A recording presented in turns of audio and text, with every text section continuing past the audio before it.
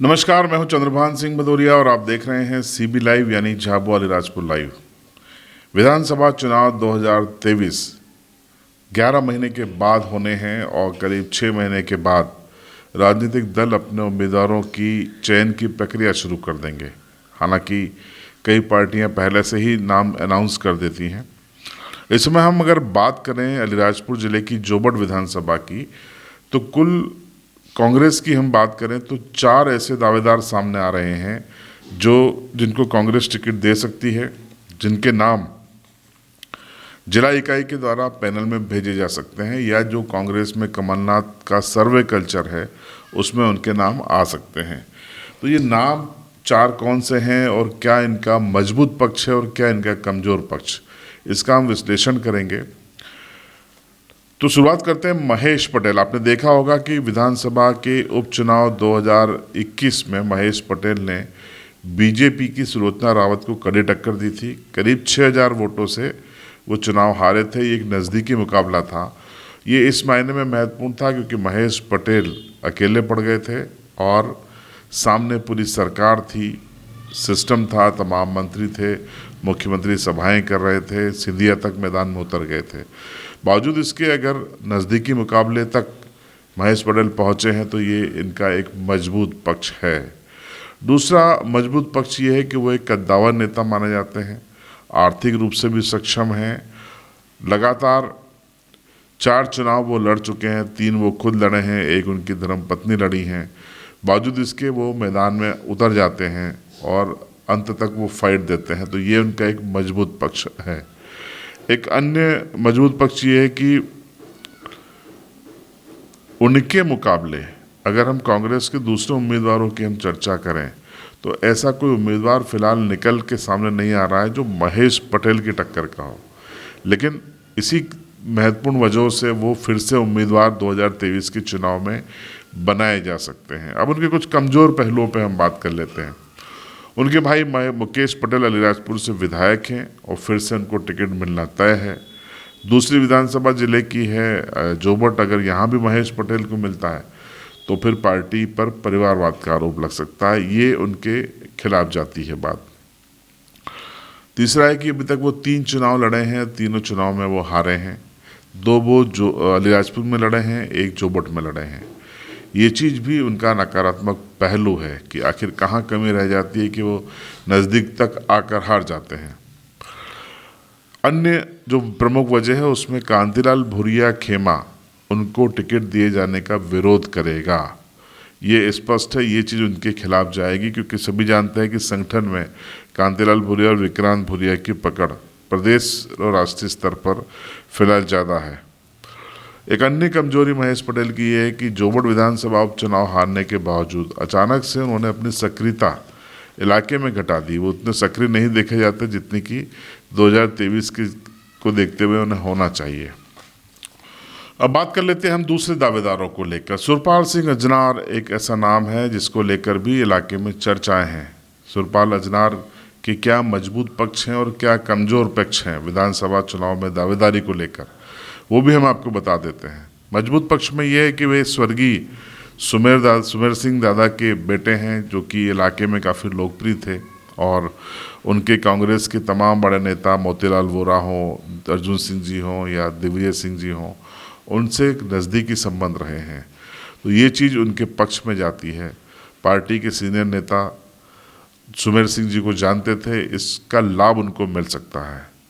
दूसरा मजबूत पहलू सुरपाल सिंह अजनार का ये है कि वो युवा हैं, कारोबारी हैं, आर्थिक रूप से सक्षम हैं, जो कि चुनाव लड़ने के लिए ज़रूरी होता है।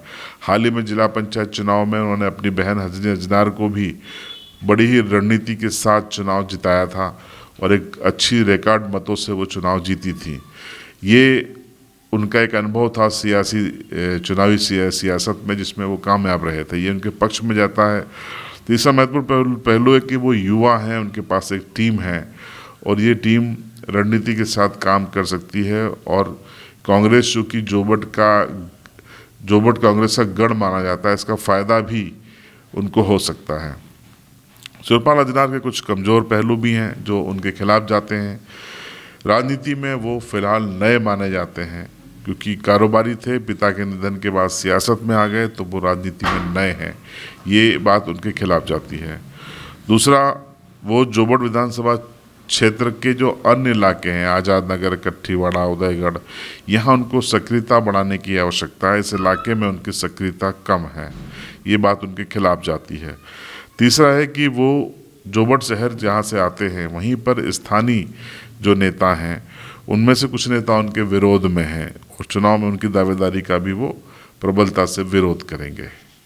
अब बात कर लेते हैं जोबट की ही कांग्रेस की तीसरी संभावित दावेदार की। ये नाम है महेश पटेल की धर्मपत्नी सेना महेश पटेल का।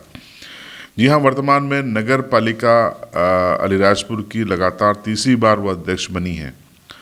जोबट से वो क्यों दावेदार होंगे, ये सवाल आप सबके जहन में होगा। तो जो वजह है वो ये है कि अगर उनका ट्रैक रिकॉर्ड देखें तो विधानसभा उपचुनाव में महेश पटेल के मुकाबले सेना पटेल ने ज़्यादा सक्रियता बताई थी और विधानसभा क्षेत्र की महिलाओं में वो खासी लोकप्रिय हुई थी। तो इस वजह से कांग्रेस अंतिम समय पर उनके नाम पर दांव खेल सकती है। कमज़ोर और मजबूत पक्ष की हम बात कर लेते हैं तो मजबूत पक्ष में ये आता है कि वो महेश पटेल की धर्मपत्नी हैं तथा नगर पालिका के अध्यक्ष हैं, महिलाओं में खासी लोकप्रिय हैं, ये एक प्रमुख वजह है। दूसरी है कि अगर सुलोचना रावत बीजेपी से उम्मीदवार रिपीट होती हैं तो कांग्रेस ये सोच सकती है कि एक महिला दावेदार के सामने महिला उम्मीदवार दिया जाए ताकि मुकाबला रोचक हो और उसका एक माइलेज लिया जा सके, ये एक उनका मजबूत पक्ष है। तीसरा है कि कांग्रेस संगठन में वो प्रदेश इकाई में महिला कांग्रेस में पदाधिकारी हैं तथा चुनावी अनुभव भी उनको लगातार हुआ है। नगर पालिका का 3 चुनाव वो जीती हैं, एक विधानसभा चुनाव भी उन्होंने लड़ा था, तो ये उनके पक्ष में जाता है। कमज़ोर पहलू में उन पर परिवारवाद का आरोप लगेगा क्योंकि महेश पटेल पहले भी चुनाव लड़ चुके हैं और उनके देवर मुकेश पटेल अलीराजपुर से एमएलए हैं, तो ये आरोप उन पर भी लगेगा कि परिवारवाद के तहत उनको टिकट दिया जा रहा है। दूसरे कमज़ोर पहलू है कि उन पर बाहरी उम्मीदवार का टैग लगाया जा सकता है क्योंकि वो अलीराजपुर विधानसभा क्षेत्र से आती हैं, बोरखड़ की मतदाता है, ये उन पर आरोप लगाया जा सकता है। बीजेपी इस आरोप के सहारे उनका विरोध कर सकती है, ये कांग्रेस को सोचना पड़ेगा। तीसरा, जोबट विधानसभा क्षेत्र में जो कांग्रेस के स्थानीय नेता हैं जिनको अपने भविष्य की चिंता है, सियासी भविष्य को सुरक्षित करना है, वो इस नाम का विरोध कर सकते हैं और कांग्रेस को उनको नाराज करना है या नहीं, ये सोचना पड़ेगा।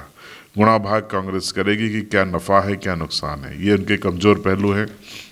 दावेदारों में कांग्रेस की ओर से एक अन्य नाम है दीपक भुरिया का। कलावती भुरिया के भतीजे हैं और पिछले चुनाव में भी उन्होंने दावेदारी की थी, नामांकन तक भर दिया था, लेकिन बाद में चुनाव वापस ले लिया उन्होंने नामांकन।